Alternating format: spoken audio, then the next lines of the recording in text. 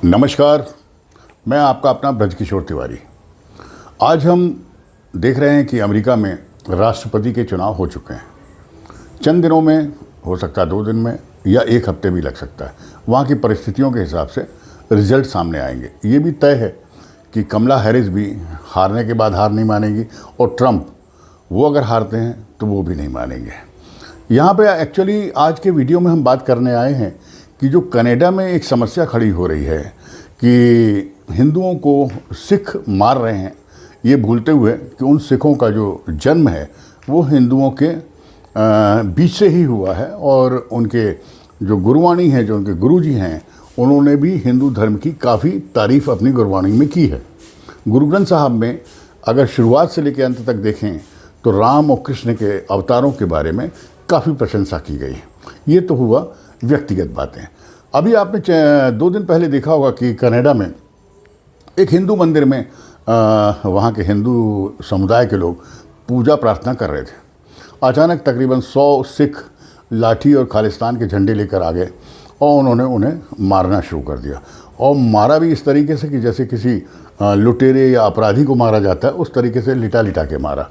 और सबसे बड़े दुर्भाग्य की बात यह है कि उस मारने वाली भीड़ में एक सिख जो कि कैनेडियन पुलिस में था, वो भी हिंदुओं को मार रहा था। अब ये हिंदुओं की नहीं समझ में आ रहा था कि भाई ये हमें क्यों मार रहे हैं, हम तो अपने पूजा स्थल में हैं, अचानक इनको आके मारने का क्या है। इसके पीछे एक बहुत बड़ी अंतर्राष्ट्रीय साजिश है जो कई वर्षों से पन्नू नाम का जो हमारा फरार आतंकवादी जिसे हम कहते हैं और जो कनाडा और अमेरिका का नागरिक है, बड़ा सम्मानीय नागरिक है, उसके द्वारा हिंदुस्तान को अस्थिर करने की चाल की बात है।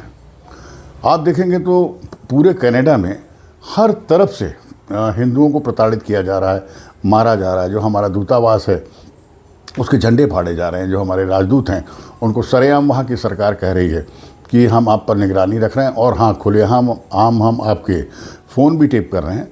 हर तरीके से वो प्रताड़ित कर रहे हैं और वो चाहते हैं कि किसी भी तरीके से भारत से उनके संबंध बिगड़ें, जो कि बिगड़ ही रहे हैं। अब वो ये भूल जाते हैं कि ना ये कांग्रेस का राज है, ये हमारे आदरणीय नरेंद्र मोदी जी प्रधानमंत्री हैं, हमारे देश के प्रमुख हैं और वो इन सब बातों को अंतर्राष्ट्रीय स्तर पर भी बर्दाश्त नहीं करते हैं और राष्ट्रीय स्तर पर भी बर्दाश्त नहीं करते हैं। हमारे जयशंकर प्रसाद जो विदेश मंत्री हैं और नरेंद्र मोदी और अमित शाह जी, ये तीनों हर घटनाओं पर निगाह रखे हैं। कनाडा ने इस समय सबसे ज़्यादा जो विचित्र बात कर दी वो ये कर दी कि उन्होंने अपने संसद में खड़े होकर वहाँ के जो हेड हैं उनने और एक सांसद ने एक आरोप लगाया कि जो हमारे देश के गृह मंत्री हैं, केंद्रीय गृह मंत्री अमित शाह जी, उनके नेतृत्व में जो गैंगस्टर लॉरेंस बिश्नोई है उसके द्वारा कनाडा में जो हमारे लिए आतंकवादी और उनके सम्मानित खालिस्तानी हैं उनकी हत्याएं की जा रही हैं या उनकी हत्या की साजिश की जा रही। ये बात जब तक ये थी कि इसमें अमित शाह का नाम शामिल नहीं था तब तक इसको हम लोग सामान्य रूप से लेते थे, पर अमित शाह जी का नाम शामिल होने के बाद ये हमारे देश की बेइज्जती और इज्जत का मामला आ गया। अब आप सोचेंगे कि साहब एक छोटा सा राष्ट्र जिसकी माने आबादी कुल 4 करोड़ है, वो 140 करोड़ के भारत को इस तरीके से बेइज्जत कैसे कर सकता है। तो आप ये ना भूलें कि ये जो कनाडा है ये उत्तर अमेरिका का एक देश है, ये अमेरिकन एक कंट्री है। और सबसे बड़ी बात यह है कि अमेरिका भारत से अंदर से बहुत नाराज़ है, क्योंकि अमेरिका एक कैपिटलवादी, वो जिसको कहते हैं ना, अपनी सत्ता परक राजनीति में विश्वास करता है। अगर आप देखेंगे जब से 1947 से तो अमेरिका जो चाहता है वही देश राइज करता है, अमेरिका जो चाहता है वो नहीं करता है। अमेरिका ने सारे अरब देशों के पेट्रोल पर कब्जा करके रखा है। उसने अभी वर्तमान में आपने देखा होगा तो बांग्लादेश में उसने सत्ता पलटवा दी पाकिस्तान से मिलके। अब वो कैसे बर्दाश्त करे कि नरेंद्र मोदी जैसा राष्ट्रभक्त व्यक्ति भारत का प्रधानमंत्री हो और इस तरीके के वो चेंजेस लाए कि भाई आगे जाके भारत में किसी भी तरीके से कोई अशांति ही ना हो। अगर अशांति भारत में नहीं होगी तो फिर अमेरिका रहना ही बेकार है ना, क्योंकि वो तो हर अशांत देश को मदद के नाम पर अपने सामान बेचता है, उनको कर्ज देता है और वहाँ के उस देश की सत्ता पर अपना कब्जा करता है। जैसे उसने अभी बांग्लादेश में अपने एक आदमी को राष्ट्रपति बनाकर बिठा दिया कार्यकारी। और उसने उसमें पाकिस्तान की पूरी मदद ली थी। इसी तरीके से वो चाहता कि किस तरीके से हम करें। पाकिस्तान को उसने बहुत उकसाया और इस समय आप देख रहे होंगे कि कश्मीर में इस समय आतंकवादी गतिविधियां बढ़ गई। पर नरेंद्र मोदी और अमित शाह उनसे निपटने के लिए बहुत ही सक्षम है। तो वो उसको लगता है कि हम क्या कर सकते हैं। तो उसने जो हमारे देश के कुछ भगोड़े लोग हैं जो देश से चिढ़ते हैं, पन्नू जैसे लोग, इनको वहाँ शह दे के रखी है और इन्होंने एक खालिस्तानी गैंग वहाँ बना के रखी है। अब आप समझ लीजिए कि तकरीबन 8 लाख सिख कनाडा में रहते हैं और 9 लाख हिंदू हैं टोटल। 8 लाख कनाडा में सिख हैं और 18 लाख मुस्लिम हैं। जब ये 18 लाख और 8 लाख मिल जाते हैं तो ये हिंदुओं को बर्दाश्त नहीं करते, चाहे हिंदुओं के देश की बात हो, चाहे हिंदुओं के देश के बाहर की बात हो। इस तरीके से अगर आप देखेंगे तो जो वहाँ का भौगोलिक समीकरण है वो हिंदुओं के लिए इस समय बहुत खिलाफ है। कनाडा और अमेरिका मिलके इस तरीके की स्थिति देश में पैदा करना चाहता है कनाडा में कि यहाँ पे जब सिख हिंदुओं को मारें तो उसकी प्रतिक्रिया हिंदुस्तान में होना चाहिए। माने यहाँ के हिंदू किसी सिख को मारे, फिर सिख हिंदू को मारे और इस तरीके से एक ऐसा वातावरण बन जाए कि भारत में सिख और हिंदू दंगे हो जाएं। और जो हमारे कुछ चंद मुस्लिम अतिवादी हैं वो उनके साथ हो ही लेंगे, वो तो बैठे ही हैं उधार खाए कि साहब हमें किसी का समर्थन मिल जाए। इस तरीके से हिंदुस्तान में दंगे शुरू हो जाए हिंदुओं के खिलाफ। जब हिंदुस्तान अस्थिर होगा तो हम मोदी को हटा सकते हैं और एक बेवकूफ़ पप्पू को इस देश का प्रधानमंत्री बना सकते हैं, जिसकी माँ को 15 साल उन्होंने चाबी से चलाया, मनमोहन सिंह को प्रधानमंत्री बना के, और सोनिया गांधी की चाबी से चलाते रहे। वो चाहते हैं देश में फिर इसी तरीके के कोई प्रधानमंत्री बैठे और पप्पू को प्रधानमंत्री बना के उसकी चाबी वो अमेरिका में रखे और हिंदुस्तान की सारी सीक्रेट फाइल, डिफेंस फाइल, जो भी सारी चीज़ें हैं सब अमेरिका को मालूम रहे कि ये व्यक्ति क्या कर रहा है, ये देश क्या कर रहा है। ये एक्चुअली अमेरिका की चाल है। आपको यही बताना चाहता हूँ इस वीडियो के माध्यम से कि कनाडा में जो कुछ भी हो रहा है इसके पीछे अमेरिका है। अब बोले साहब अमेरिका इसके पहले बड़ी दोस्ती बताता था। अब चूंकि अमेरिका विश्व का सबसे बड़ा अपने आप को प्रजातांत्रिक देश बताता है तो वो खुल के आपसे कोई भी गलत बात नहीं करता, वो अपने गुर्गे रखता है विश्व में। अभी वो कनाडा को आपके लिए यूज़ कर रहा, पाकिस्तान को, बांग्लादेश के लिए यूज़ कर रहा है। अब आप बोलेंगे कि साहब कि अमेरिका को ऐसी क्या दुश्मनी हो गई कि वो हिंदुस्तान को अस्थिर करना चाहता है। पहली तो उसकी सोच है और दूसरा हमारे नरेंद्र मोदी जी का यानी हमारे देश का रशिया के प्रति आकर्षित होना। इसमें कोई दो राय नहीं कि रूस से हमारी इंदिरा गांधी के समय से ही अच्छी दोस्ती थी। जब अमेरिका ने एक बार हमें जलमार्ग से घेरने की कोशिश की थी 1971 के बाद, तो उसके बाद आपको याद होगा कि उसने 7वां बेड़ा भेजा था, तो यहाँ से हमारे रशिया ने भी अपना बेड़ा भेज दिया था कि हिंदुस्तान पर कोई हमला करेगा तो हम उसका मुंह तोड़ जवाब देंगे। इस दोस्ती को और मजबूत नरेंद्र मोदी ने किया क्योंकि नरेंद्र मोदी समझ गए थे कि आने वाले भविष्य में एशिया पर अमेरिका की नज़र है। अमेरिका और उसके जितने भी उपदेश हैं ये सब मिलकर एशिया को कब्जा करना चाहते हैं।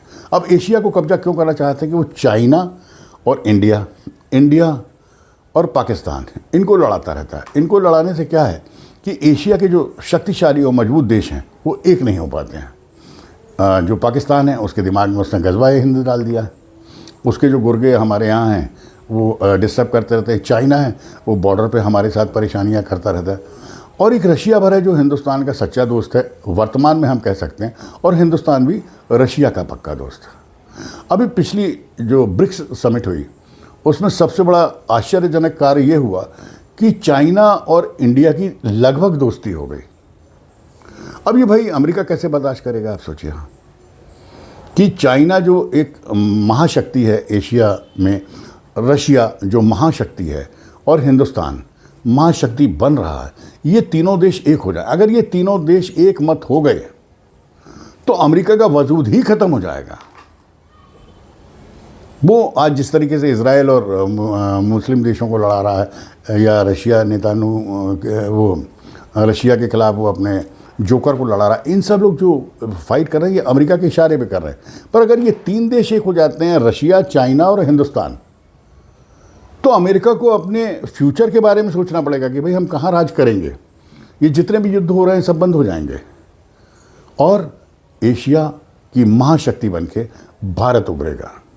अब इसके पीछे जो ये अभी चाइना से हमारा एक समझौता हुआ बॉर्डर पे, इसके पीछे कौन है? पुतिन, हमारे प्रिय मित्र, सच्चे दोस्त, रशिया के राष्ट्रपति पुतिन। उन्होंने चाइना को ये बात समझाई कि थोड़ी बड़ी ज़मीन के पीछे और सीमा विवाद के पीछे तुम भारत से लड़ रहे हो, भारत महाशक्ति बनने से रुकने वाला नहीं। बेहतर होगा कि आप अपने वजूद को बचाने के लिए हिंदुस्तान से दोस्ती कर लें। और ये बात जिनपिंग को समझ में आई और रशिया के समझाने से भारत और चाइना के बीच में दोस्ती की तरफ बढ़ने की एक यात्रा शुरू हुई। आज ये सब देख के अमेरिका बहुत परेशान है। तो अब वो क्या करेगा? वो चाहेगा कि भाई हिंदुस्तान कभी भी शांत और स्थिर ना रहे, तो वो और ज़्यादा जार्ज सोरस जैसे लोगों के साथ मिलकर कनाडा में हिंदुओं पे हमले करा रहा है।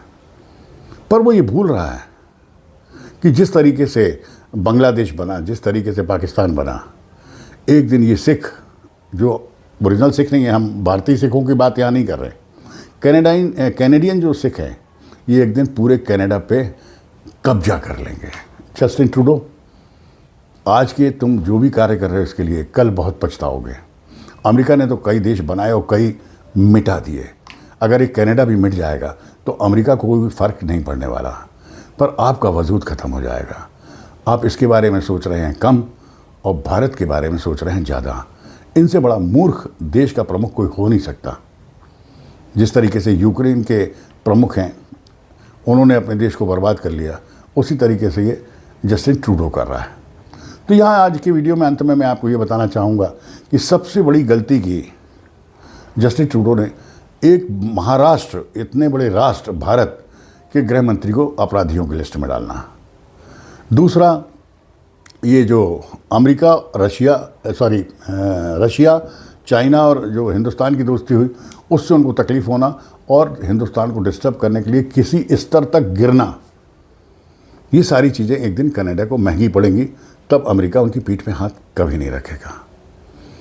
इस तरीके से मैं आपको इस वीडियो के माध्यम से बताना चाहता हूँ कि वो वहाँ पर हिंदुओं को पिटवाने के बाद चाहते हैं कि हिंदुस्तान के अंदर हिंदू और सिख दंगे शुरू हो जाएं। पर हमारे यहाँ के जो सिख हैं, ये गुरु गोविंद सिंह के सच्चे चेले हैं, सच्चे शिष्य हैं, मानने वाले अनुयायी हैं। ये और जो सच्चे सनातनी हैं, ये जानते हैं हम एक ही माँ के दो बेटे हैं। हम अगर लड़ेंगे तो दुश्मन हमारा फ़ायदा उठाएगा। और मेरे ख्याल से मोदी और अमित शाह ये हिंदुस्तान में कभी होने नहीं देंगे। अंत में ये मान के चलें, मोदी यूं ही अंतर्राष्ट्रीय नेता नहीं कहलाता, बहुत जल्द वो कनाडा को सबक सिखाएंगे। नमस्कार, जय हिंद।